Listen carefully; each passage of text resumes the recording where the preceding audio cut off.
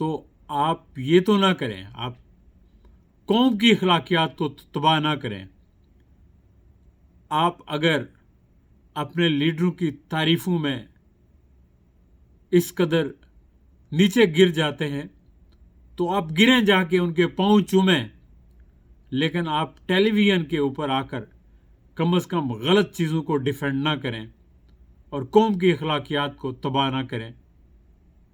آپ کو شرم آنی چاہیے.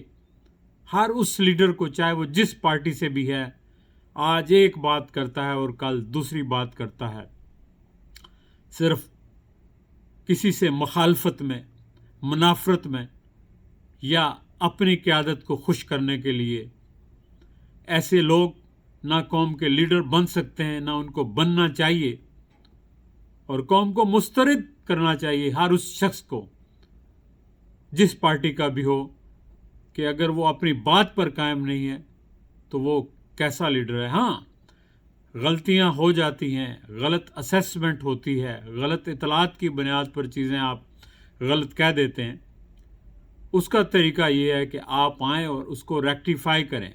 آپ کہیں کہ یہ میری غلط اسیسمنٹ تھی, یہ میری غلط انفارمیشن تھی, اس پہ مجھے افسوس ہوا. لیکن آپ کسی چیز پہ افسوس نہیں کرتے. آپ تو یہ کہتے ہیں کہ کل جو کچھ آپ نے کہا تھا وہ بھی صحیح تھا, اور آج جو کچھ کہہ رہے ہیں آپ یہ بھی صحیح ہے. تو آپ عوام کو اس قدر بیوقوف تو نہ سمجھیں. یہ سوشل میڈیا کا دور ہے. آپ کی باتیں عوام تک پہنچتی ہیں اور عوام آپ کے کردار کو جان چکے ہیں کہ جب آپ کے مفادات ہوتے ہیں تو آپ اکٹھے ہو جاتے ہیں, جب آپ کے ذاتی مفادات نہیں ہوتے آپ ایک دوسرے سے بات کرنا بھی پسند نہیں کرتے. چاہے عوام کا کچھ بھی حال ہو, آپ کو اس سے فرق نہیں پڑتا. آٹا 150 کے بجائے 300 روپے کلو بھی ہو جائے, آپ کی صحت پر کوئی فرق نہیں پڑے گا. آپ کو کوئی شرم نہیں آئے گی, اور آپ یہی کرتے چلے جائیں گے جو آپ کرتے آ رہے ہیں. پاکستان کے لوگوں, آپ جب تک آپ خود اٹھ کر ان لوگوں کا احتساب نہیں کریں گے, ان لوگوں کو لیڈری کا, حکمرانی کا کوئی حق نہیں ہے. جو لوگ اپنی زبان پر قائم نہیں رہ سکتے اور ہر وقت جھوٹ بولتے ہیں اور پھر اس جھوٹ کو جسٹیفائی کرنے کے لیے ہزار قسم کی تعویلیں دیتے ہیں, یہ بہت ہی افسوسناک صورتحال ہے. اور ملک کو تباہی میں لے جانے کا ان سیاستدانوں کا بڑا رول ہے. اب باجوہ صاحب کی رحلت کے باوجود, رحلت تو نہیں, وہ ابھی زندہ ہیں, ان کی رخصتی کے باوجود آرمی سے موجودہ جو اسٹیبلشمنٹ ہے اس نے اشارے دیے تھے کہ وہ سیاست سے دور ہے. پتہ نہیں ہے یا نہیں ہے, لیکن سیاستدانوں کا یہ فرض تھا کہ وہ ٹیسٹ کرتے اس کو اور کوشش کرتے کہ یہ آپس میں مل بیٹھ کر معاملات کو طے کریں.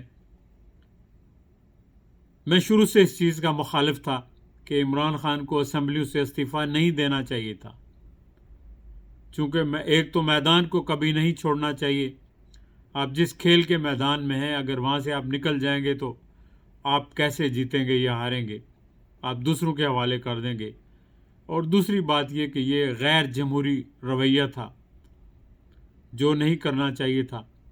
لیکن جب ان کو اس کا احساس ہوا یا کسی اور وجہ سے انہوں نے کہا کہ ہم اسمبلیوں میں واپس جا رہے ہیں, اپوزیشن جا رہی تھی تو حکومت اس کو ویلکم کرتی, ان سے مذاکرات کرتی, جو موجودہ کرائسز ہیں ان کا کوئی حل نکالا جاتا.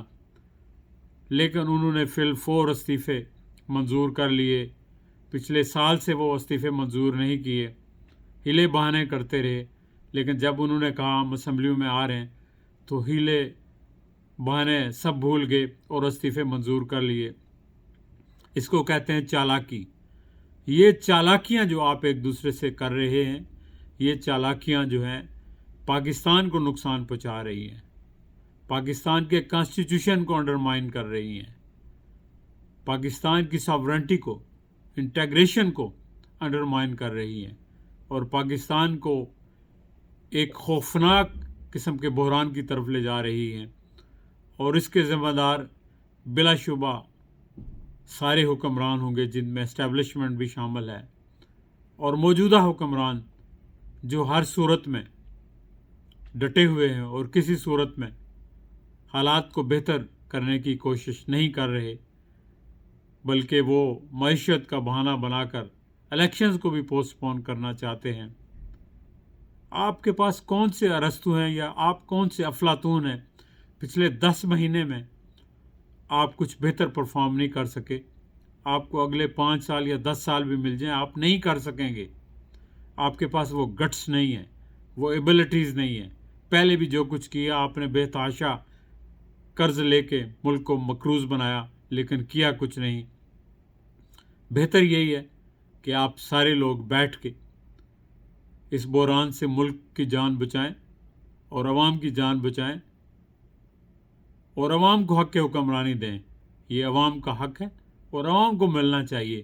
وہی ملک کے مالک ہیں اور وہی ملک چلانے کے اہل ہیں، اور ان کا حق ہے، اور ملک بھی حاصل عوام کے لیے کیا گیا تھا۔ آپ اشرافیہ کے لیے، چند خاندانوں کے لیے یا چند بیوروکریٹس کے لیے حاصل نہیں کیا گیا تھا۔ چلیں دوستو، اپنا خیال رکھیے گا، پھر انشاءاللہ آپ سے کسی اور وقت کسی اور موضوع کے حوالے سے بات ہوگی۔ خدا حافظ۔